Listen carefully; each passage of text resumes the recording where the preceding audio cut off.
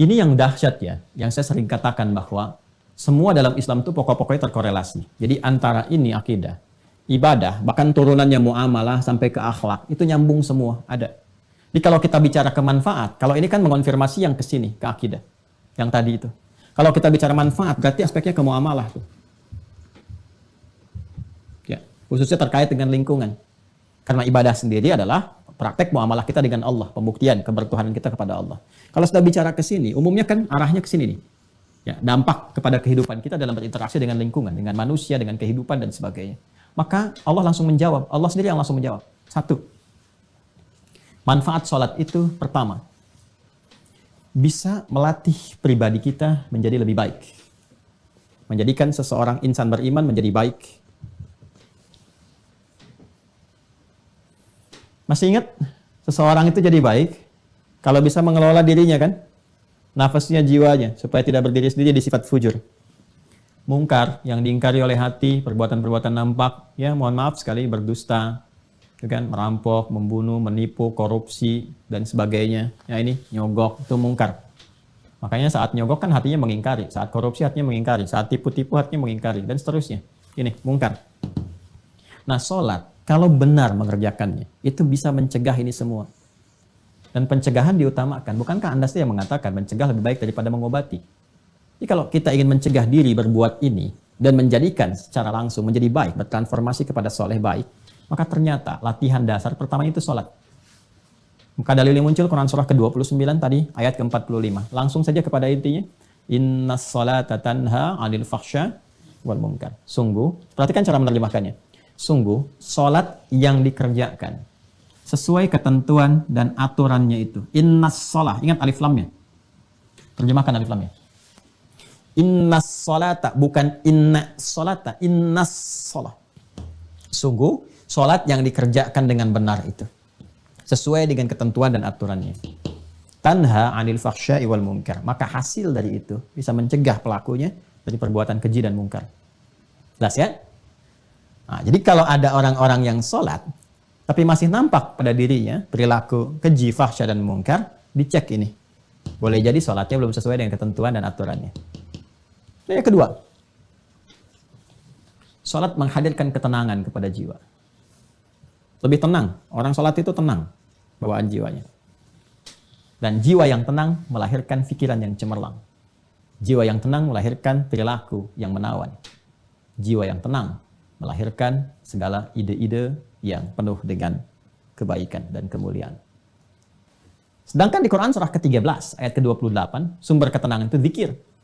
Ala bidzikrillahi tatma'innul qulub. Yakinkan pada jiwamu bahwa dengan berzikir kepada Allah itu hati cenderung menjadi tenang. Zikir itu banyak. Baca Quran, zikir. Karena Qurannya disebut zikir. Quran surah ke-15 ayat 9. Inna nahnu nazzalna dzikra wa inna lahu lahafizun. Karena itu orang-orang yang cenderung rajin baca Quran, cenderung menenangkan. Doa itu zikir. Quran surah ke-7 ayat 205. Wadhkur rabbaka fi nafsika tadarruan wa khifatan wa duna jahri minal qaul. Makanya doa cenderung menenangkan. Kemudian apa lagi? Kalimat thayyibah, astaghfirullah, alhamdulillah, Allahu akbar, subhanallah, itu bagian dari zikir. Ya, fa idza qadaytumus salata fadhkurullah. Kalau tuntas salat, zikir kepada Allah. Quran surah ke-4 ayat 103. Makanya orang-orang yang zikir itu kelihatan tenang. Ya, ahli zikir itu tenang, nggak ada ahli zikir emosian. Tenang, ahli zikir itu tenang, auranya, karismanya, macam-macam itu. Zikir. Dan sholat, itu puncaknya zikir, karena memadukan semua itu.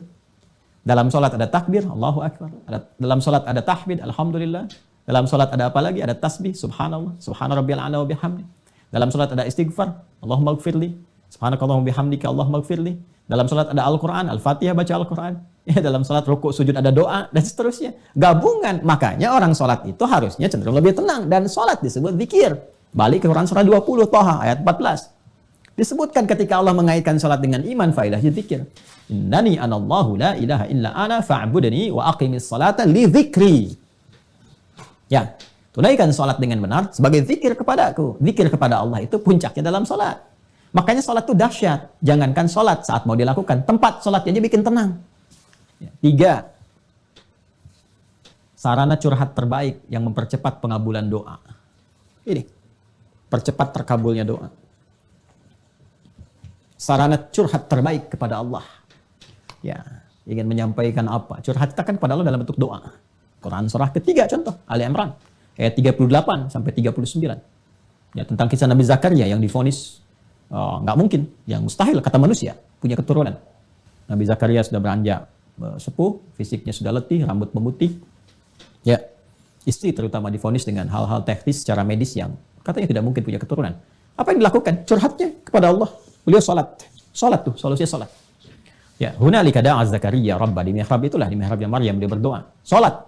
Ya, nanti tahu sholatnya di ayat 39. Hunalika da'a Zakaria Rabbah, qala rabbi habli min ladunka dzurriyyatan thayyibah innaka sami'ud du'a. Beliau berkata, ya Allah, mereka mengatakan aku nggak mungkin punya keturunan.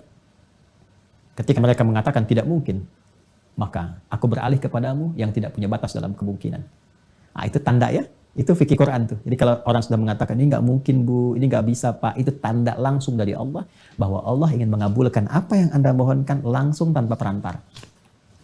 Ya, karena itu Nabi Zakaria sudah ngasih contoh yang di surah Maryam itu. Dzikru rahmati rabbika abdahu Zakaria idz nada rabbahu, ya kan, nidaan khafiyya. Rabbi inni wa hanal azmu minni washta'ala ra'su syaiba wa lam akum bi du'aika rabbi syaqiyya. Masya Allah, indah sekali. Ya Allah, aku ini selalu tidak pernah putus harapan kepadamu. Aku selalu berdoa, dari rambutku masih menghitam sampai memutih, fisik letih, tapi aku gak pernah putus dalam memohon rahmatmu, berharap kepadamu. Itu apa? Minta keturunan. Puncaknya dimohonkan tuh di mihrab itu dalam sholat. Mereka mengatakan mustahil. Dan inilah ya tanda pertamanya. Aku memohon kepadamu ya Allah yang tidak pernah punya batas dalam pemberian. Anugerahkan kepadaku dari sisimu saja. Karena orang mengatakan gak mungkin, aku minta darimu saja. Ya, keturunan terbaik. Innaka sami'ud du'a. Engkau pasti mendengar doa hamba. Kalau yang pada maha mendengar pun belum dikabulkan, lantas kepada siapa lagi hamba mesti memohon? Apa yang terjadi? Fanadatsul malaikatu wa huwa qa'imun yusalli. Itu dalilnya. Fil mihrab.